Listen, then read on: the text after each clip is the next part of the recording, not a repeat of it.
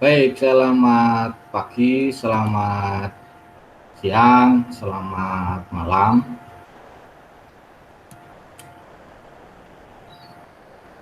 Eh, kita lanjutkan perkuliahan dari minggu lalu, di mana minggu lalu kita sudah mempelajari 5 langkah yang akan kita lakukan jika kita menganalisis sebuah algoritma. Kali ini kita akan mencoba melihat seberapa efisien menganalisis apakah algoritma yang sudah dibuat itu efisien atau belum. Ya. Nah, untuk menentukan efisiensi algoritma, kita langsung cek algoritma yang sudah dibuat. Saya punya contoh algoritma ini.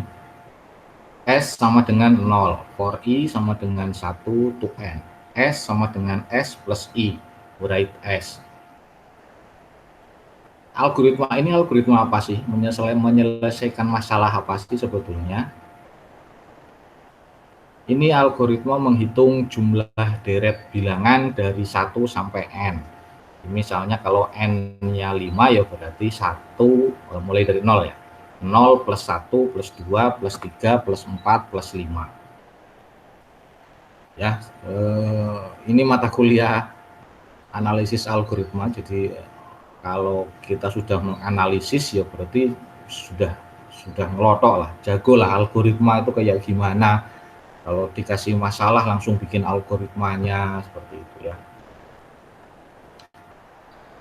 S sama dengan 0 itu saya sebut bagian A, for I sama dengan 1 to N itu for I sama dengan 1 to N, ini perulangan apa yang diulang-ulang. S sama dengan S plus I itu bagian B, kemudian write S bagian C.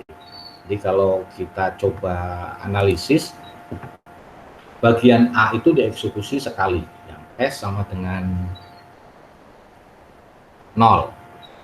Sedangkan bagian B yaitu looping, for I sama dengan 1 to N, di mana S sama dengan S plus I itu akan diproses sebanyak berapa kali N sesuai kenaikan harga I. I-nya naiknya harga 1 ya. Kemudian bagian C diproses sekali. Jadi kalau kita analisis, karena bagian B itu merupakan bagian yang paling sering diproses, maka bagian B merupakan operasi aktif. Nah, sedangkan bagian A dan C kita abaikan karena tidak sering diproses. Nah, operasi aktif ini yang akan kita analisis. Dari bagian B yang tadi diproses itu sama dengan banyak data yang dimasukkan N, jadi tergantung berapa N-nya. Ini akan muter-muter terus karena perulangan dari 1 sampai dengan N, terus saja begitu. Maka problem size-nya ya tentu saja berapa besar N. Sedangkan operasi dominannya ya berarti plus. Maka nanti ordernya ya sebanding dengan N-nya tadi. Jadi kompleksitasnya nanti big O N. Saya punya contoh lagi, for I sama dengan 2 to N, di mana yang diulang-ulang adalah A sama dengan 2 kali N plus 1 kali N. Jadi kalau kita analisis berarti jumlah memproses ini itu berapa kali? Ya, sebanyak N tapi dikurangi 1 karena mulainya dari 2. Nah, 2 to N. Kalau N-nya 5 berarti 2, 3, 4, 5. Berarti 5 min 1 ya. N min 1 kali. Jadi perhatikan di sini yang penting bukanlah berapa nilai variabel A, tetapi ya seringnya A sama dengan 2 kali N plus 1 kali N ini diproses. bukan berapa nilainya A, tetapi seberapa kali A sama dengan 2 kali N plus 1 kali N ini diproses. Nah, ini contoh lagi perulangan di dalam perulangan. Ya. A sama dengan N kali I kali J, berapa kali diulang-ulang? Ya, I kali N-nya itu.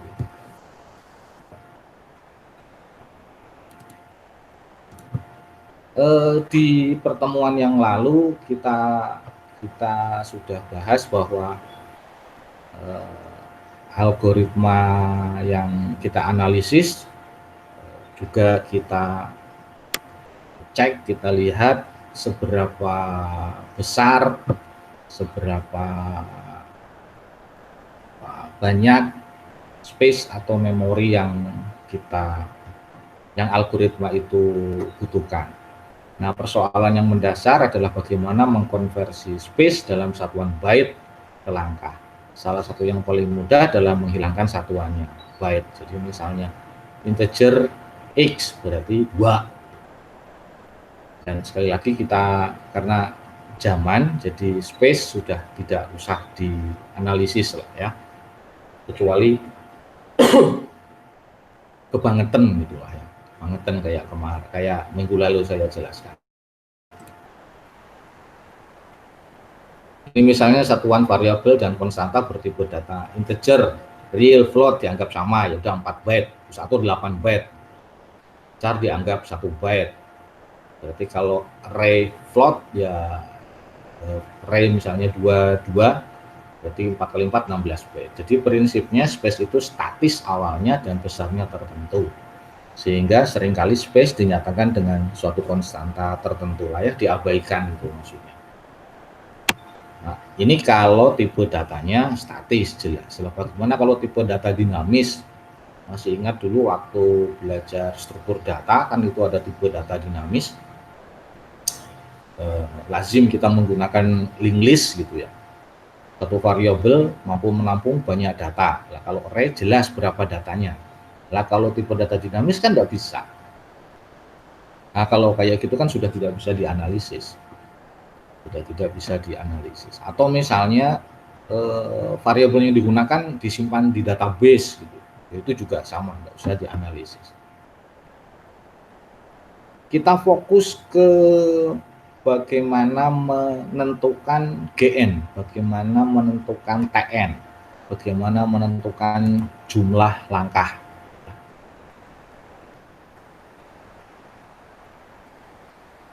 Analisis algoritma atau struktur program, struktur algoritma program itu kan ya sama. Ini akan menyangkut banyak langkah, banyak operator. Operator itu tahu ya, operator itu ada plus, ada operator itu ada operator matematika, ada operator logika. Operator matematika ya plus, minus, kali, bagi. Itu asumsi satu operator satu langkah. Operator logika ya AND, OR, NOR gitu ya, satu langkah. Khusus untuk operator modulus itu 2 langkah ya, karena modulus itu sisa hasil bagi, sudah dibagi masih dikurangi ya. Jadi 2 langkah untuk modulus. Nah, yang paling penting apakah strukturnya itu sekuensial, berurutan, struktur kondisi, atau perulangan. Nah, ini yang cara menghitungnya beda. Cara menghitungnya beda. Kalau sekuensial seperti ini, kalau kondisi seperti ini, kalau perulangan seperti ini. Tolong disimak baik-baik ya, karena setelah ini kita coba menganalisis. Anda ada tugas nanti menganalisis algoritma. Lalu selain struktur program, apakah itu sekuensial, apakah itu kondisi, apa itu looping, juga apakah itu sebuah function atau prosedur. Kalau itu fungsinya, kalau itu prosedurnya prosedur built-in, artinya sudah ada di bahasa pemrograman itu, sudah umum lah ya. Jadi kalau misalnya Anda disuruh membuat fungsi sinus itu, ngapain capek-capek, sudah ada di dalam, tinggal panggil saja sin x sinus 90 itu, maka sudah otomatis keluar. Maka dianggap satu langkah. Sinus ini satu langkah. Tapi kalau menuliskannya sin x kali 2, ya berarti 2 langkah. Kenapa? Karena ada operasi matematika kali.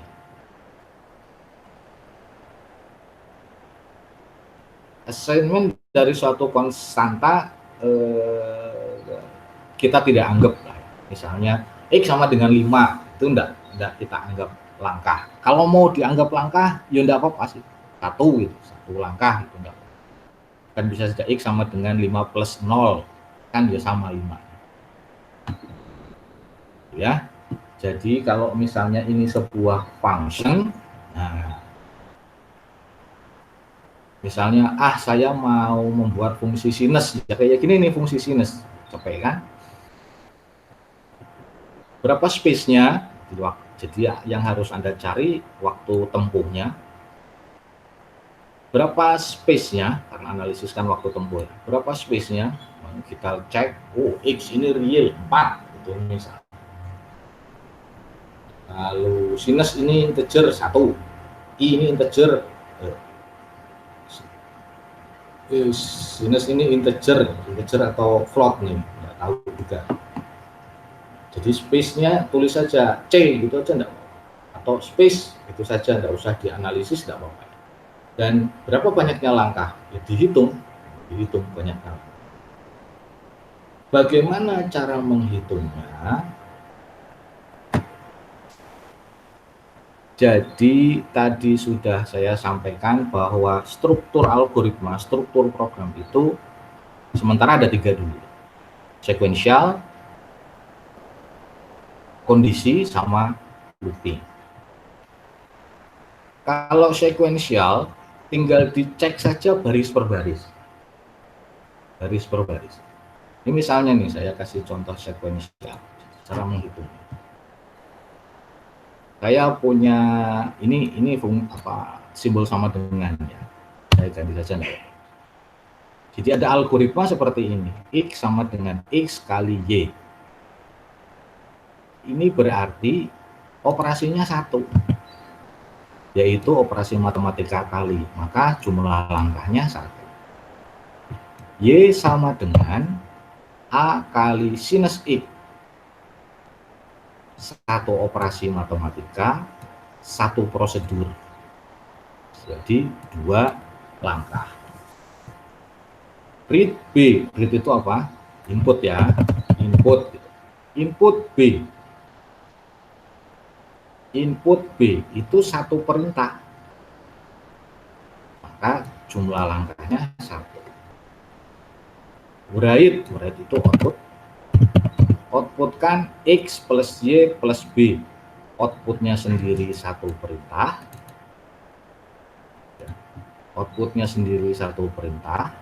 sin 1, operasinya plus dan plus 2, berarti 3 langkah. Jadi dijumlah saja 7 langkah.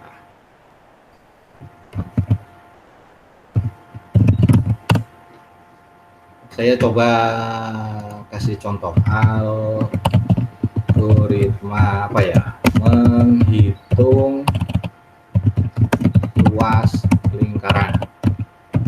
Bagaimana algoritmanya menghitung luas lingkaran? Oke, inputkan luas lingkaran, jari-jari saja ya. Berarti hitung luasnya sama dengan pi kali jari-jari kali jari-jari. Outputkan luas. Gitu saja toh. Jadi kalau misalnya ada masalah menghitung luas lingkaran, ya sudah bikin algoritmanya seperti ini. Jadi kalau dihitung ini 1 langkah. Kenapa 1 langkah? Karena input. Kemudian luas sama dengan 3 kali 14, 3,14 pi kali 1 operator kali 1 operator, berarti 2 operator. Output luas berarti 1 perintah, sehingga total jumlah langkahnya adalah 4. Analisisnya ini jadi seperti ini. Misalnya ada programmer atau ada analis, ada yang membuat algoritmanya seperti ini. Inputkan jari-jari, ya. Juga pi diinputkan gitu misalnya. Luas sama dengan pi kali jari-jari kali jari-jari.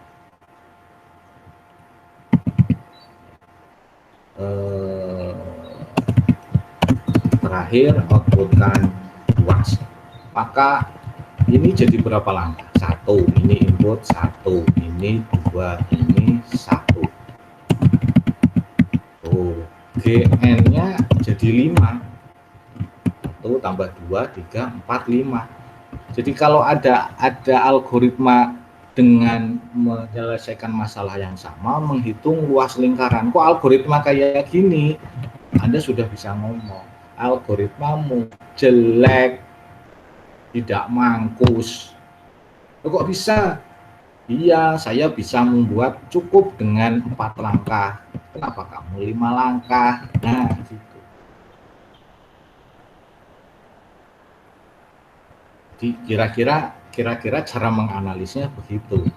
Ini dianggap tidak mampus karena bisa dikerjakan dalam 5 langkah. Nah, gitu hasil analisisnya. Sekarang lebih paham toh bagaimana cara menganalisis algoritma. Jadi kalau ada algoritma terus Anda nilai, terus Anda bilang tidak mangkus. Nah, yang mangkus bagaimana? Yang efisien bagaimana? Tidak mangkus karena itu ya namanya bukan analisis, namanya kayak kemarin saya bilang aja gelut, ya, aja gelut. Itu yang kalau dia sekuensial.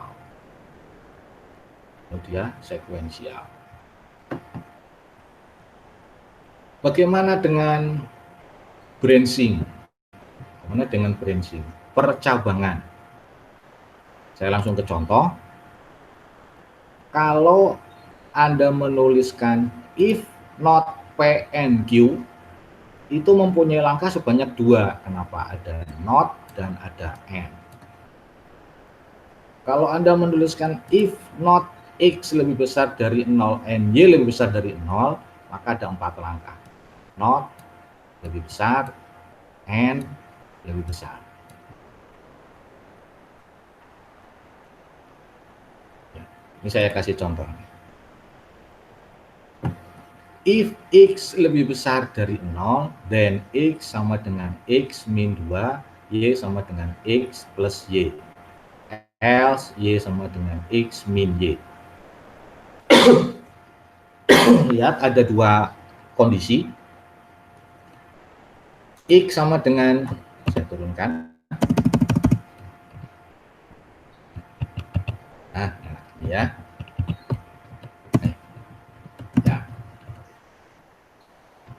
Ini akan dikerjakan kalau X-nya memang lebih besar dari 0. Ini akan dikerjakan kalau X-nya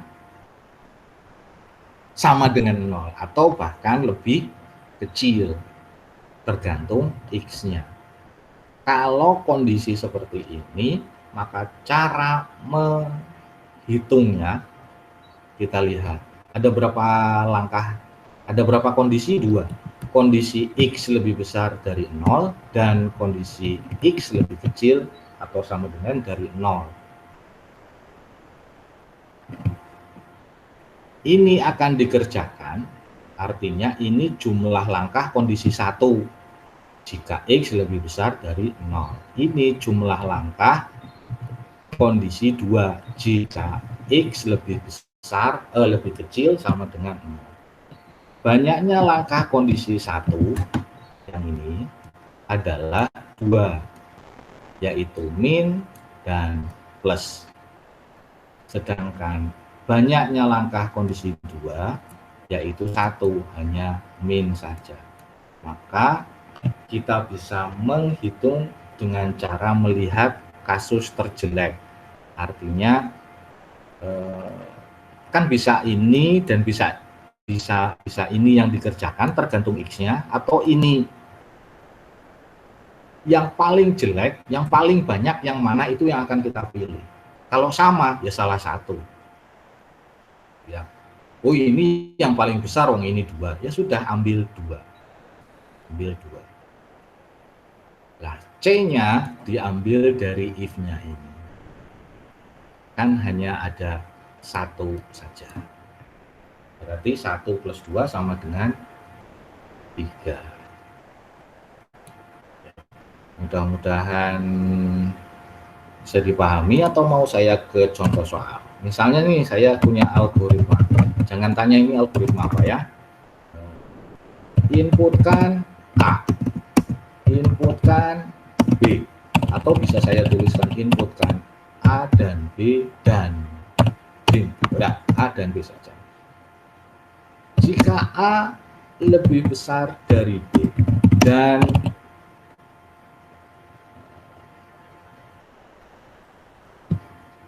nggak usah pakai dan dulu, dan kalau A lebih besar dari B, maka C sama dengan A plus B, D sama dengan C plus A. Kalau tidak, C sama dengan A plus B plus D, gitu misalnya. Sekarang saja ya, D sama dengan C plus A plus B. Nah, kalau seperti ini bagaimana? Ada berapa kondisi? Ada 2 kondisi. Yang ini kondisi pertama, ada berapa langkah? Plus dan plus, ada 2 langkah. Kondisi yang kedua ini, kondisi yang kedua ada berapa langkah? 1, 2, 3, 4. Ada 4 langkah. Berarti yang paling besar C plus 4, karena yang paling besar yang ini, C plus 4. Nah, ini jumlah langkahnya ya. Kalau saya tuliskan GN-nya saja langsung. GN C plus 4. Nah, C-nya berapa? Ya ini hanya 1 saja. Hanya 1 saja. Berarti 1 plus 4 sama dengan 5. Contoh lagi.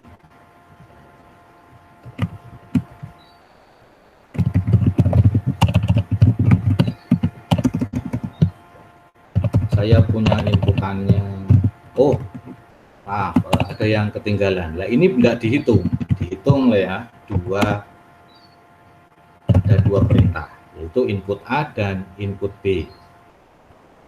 Jadi ini 2, maka ditambah 2 jadi 7. Kan semuanya harus dihitung. Berarti ini sisi sekuensial, yang ini kondisi. Sudah saya gabungkan ini antara sekuensial dengan kondisi, karena tetap harus dihitung. Ini misalnya inputkan A, B, C. Jika A lebih besar dari B and A lebih besar dari C, then C sama dengan A plus B plus C. Kalau tidak, jika lagi. Jika A lebih sama dengan B and A sama dengan C, then C sama dengan A kali B plus C. Saya tambahkan di sini D sama dengan C plus A plus B plus C. Ini sudah kondisinya sudah mulai banyak kalau kayak gini. Ini misalnya C terus loncat. C sama dengan A plus B plus A plus B kali C. Nah, berapa GN-nya? Berapa GN-nya? Kita hitung. Input ABC ini 3 langkah. Kenapa? Karena ada 3 kali inputan. Berikutnya ternyata blok kondisi. Ada berapa kondisi? Ada 3. Ada 3. Ya. Kondisi A lebih besar dari B, N lebih besar dari C, kondisi A sama dengan B, dan kondisi N A sama dengan C, terakhir kondisi apa ini? Pokoknya kecuali di luar ini dan di luar ini. Ada 3 kondisi. Saya sebut P saja ya. P1, kondisi 1, 3 langkah. Kondisi 2 itu ada 1, 2, 3, 4, 5. Berarti ada 5 langkah. Terakhir P3 ada plus, ada kali, 3 langkah. Mana yang paling besar? 3 langkah plus C plus mana yang paling besar di antara P1, P2 atau P3? 3 langkah untuk input plus C plus mana yang paling besar di antara P1, P2, P3? Yang paling besar P2. Paling besar P2. Maka 3 plus C plus 5. Bagaimana menentukan C-nya? Karena C-nya banyak. Karena C-nya banyak, cara menghitungnya adalah dengan menentukan C mana yang paling banyak.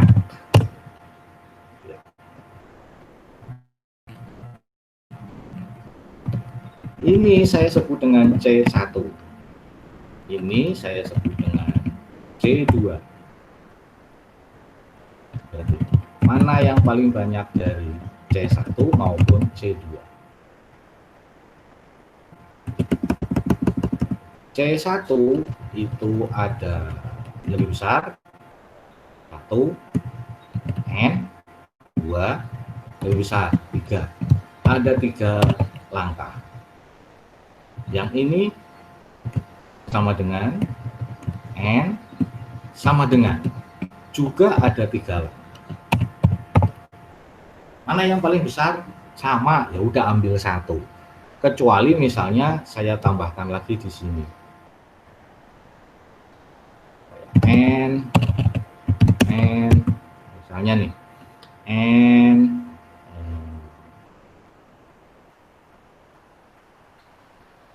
B lebih besar dari 5, itu misalnya, aneh ya. Maka C-nya bukan lagi 3, tetapi sama dengan N, 2, sama dengan 3, N, 4, lebih besar, N, 5 ya. 5. Mana yang paling besar dari max?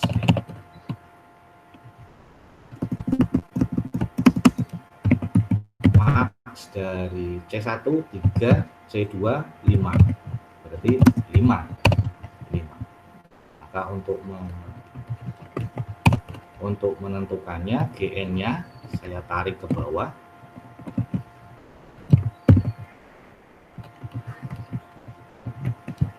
C, ini C. Berarti C-nya 5. Ganti 5. Ini ganti 5. Berapa GN-nya? 8, 13.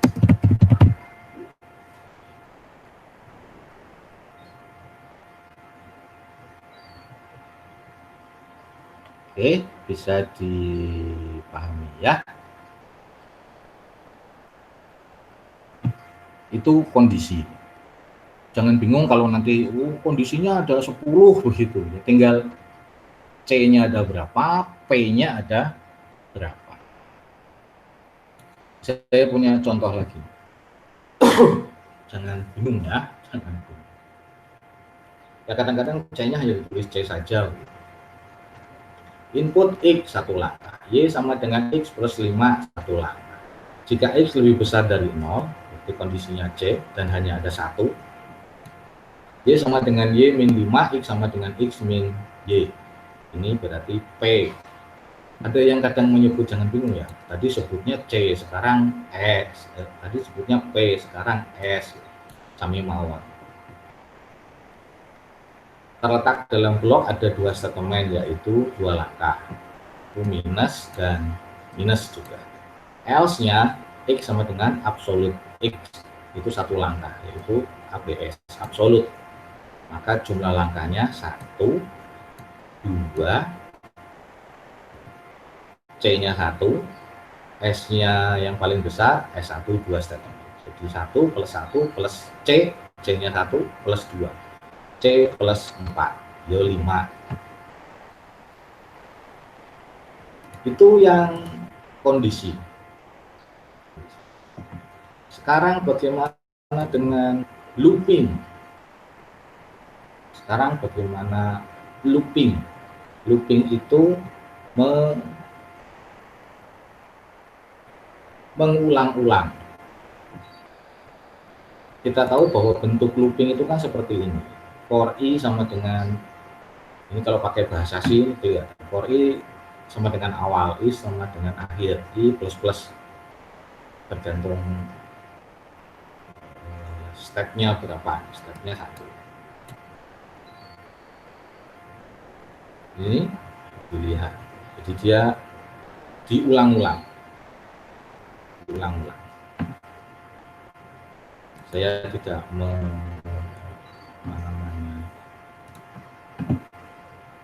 menjelaskan looping itu bagaimana sih gitu ya, bagaimana sih looping gitu. Misalnya nih saya kasih contoh masalah algoritma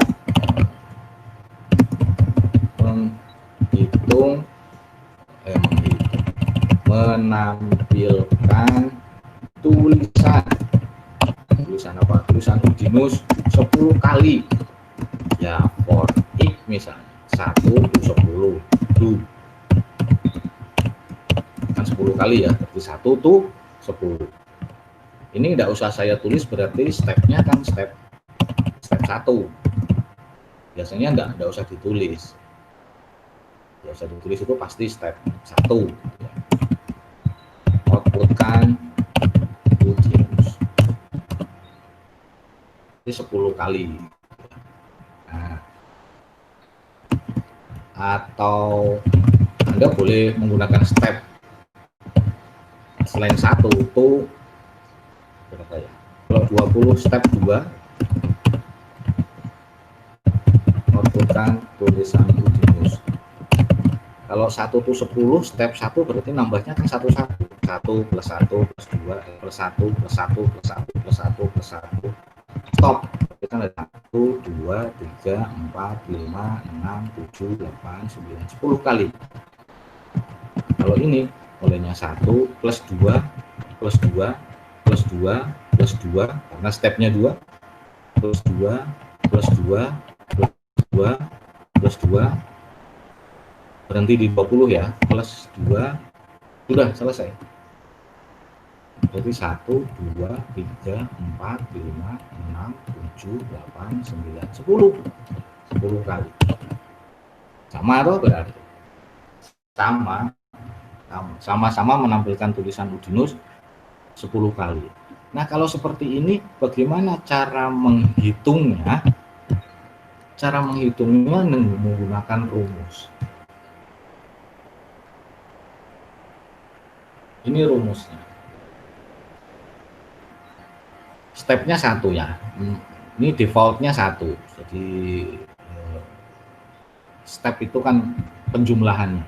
1+1+1+1+1+1+1, karena stepnya step 1. Kalau 2 berarti 1+2+2+2+2 terus. Ini rumusnya. Karena di awal sampai ada counternya itu kan dari awal sampai akhir. Maka ada rumusnya. Ini rumusnya.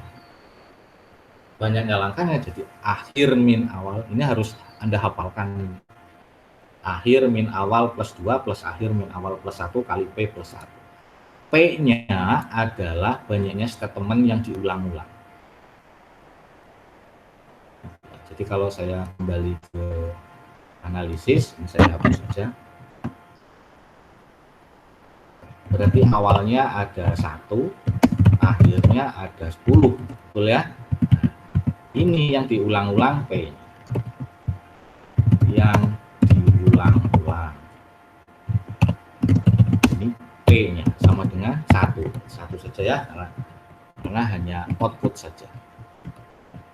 Maka rumusnya akhir min awal plus 1. 1 tadi ya. Oh, sorry. Plus 2. Plus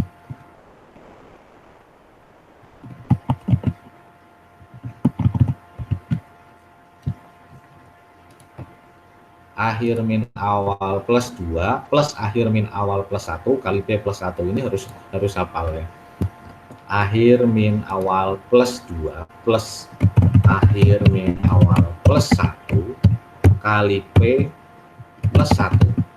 Tinggal dimasukkan saja. Akhirnya berapa? 10 min awalnya berapa? 1 plus 2 plus akhirnya berapa? 10 min awalnya berapa? 1 plus 1 kali P-nya 1 plus 1.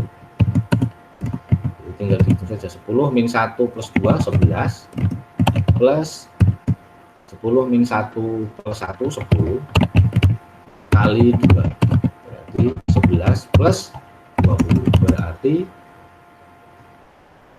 31 ya.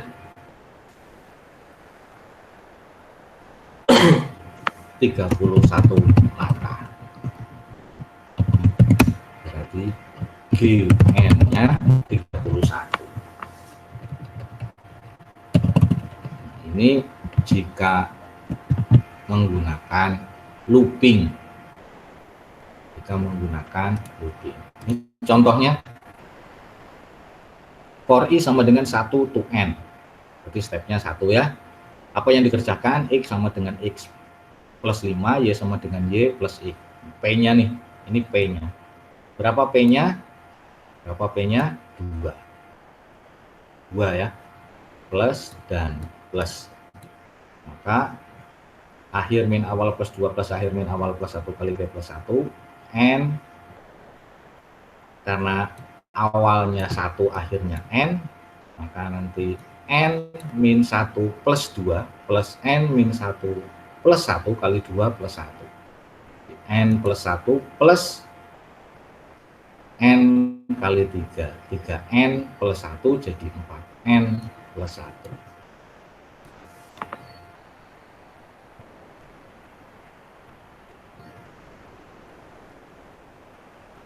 Itu ya. Mudah ya? Ya mudah, karena masih contoh. Coba nanti kalau sudah tugas gitu ya baru munting. Nah, bagaimana kalau misalnya tadi ada stepnya? Ada stepnya. Jadi kadang-kadang bagaimana dengan menggunakan step? Jadi misalnya ini ada contohnya. Saya kasih contoh yang lebih sederhana ya.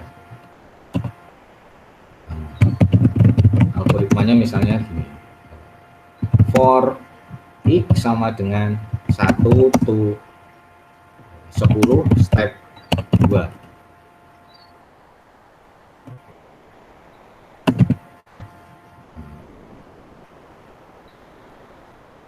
A sama dengan X plus 5. Ini P-nya berarti cuma P-nya sama dengan 1. Awalnya 1, akhirnya 10, stepnya S-nya 2. Jadi dimasukkan saja ke rumus DN-nya akhir min awal plus 2 plus akhir min awal plus 1 kali P plus 1. Tapi ini harus dibagi dan ini juga harus dibagi.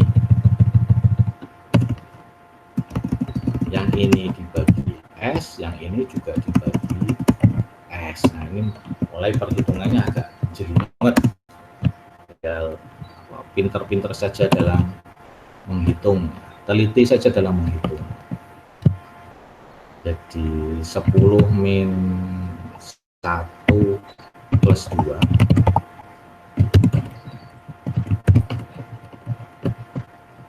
tapi ini dibagi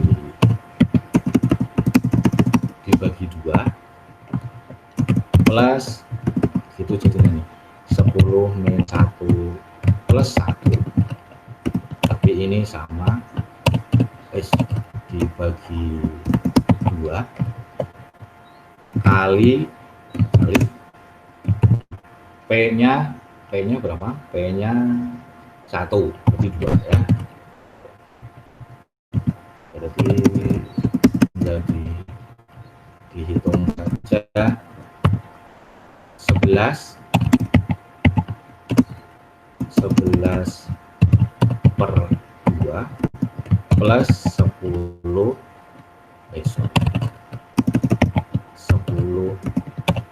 per 2 kali 2 berarti 11 per 2 plus 10 ya.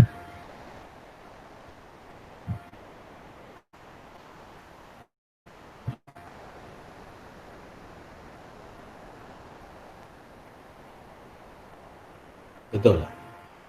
10 per 2 itu kan 5 kali 2 10.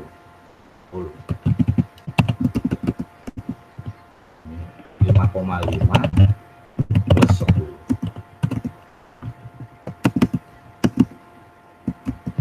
Berarti 15,5. Ya. Berarti 15,5. Nah, ini contohnya. For I sama dengan J, 2N step 3. Awalnya J, akhirnya N, S-nya 3. P-nya 1, 2. Akhir min awal per S plus 2. Boleh, jadi seperti ini ya, boleh lah. So, hasilnya seperti ini.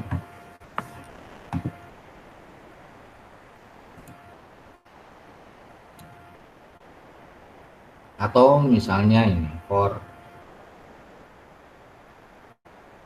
I 0,5 to 7,1 step 0,3. P-nya 1, 2. Tinggal dimasukkan saja 7,1 min 0,5 per 0,3 plus 2 bla bla bla, hasilnya 93.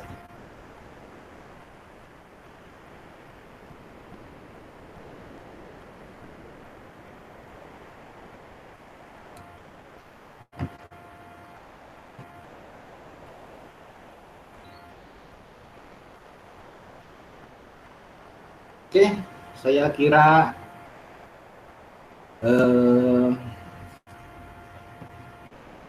itu saja nanti saya siapkan tugasnya. Khusus, dicek saja di Kulino ya, dicek saja di Kulino.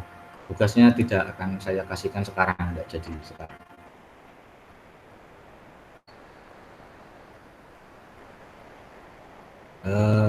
Itu saja perkuliahan minggu ini. Nanti dicek di Kulino tugasnya seperti apa. Terima kasih, selamat pagi, selamat siang, selamat malam.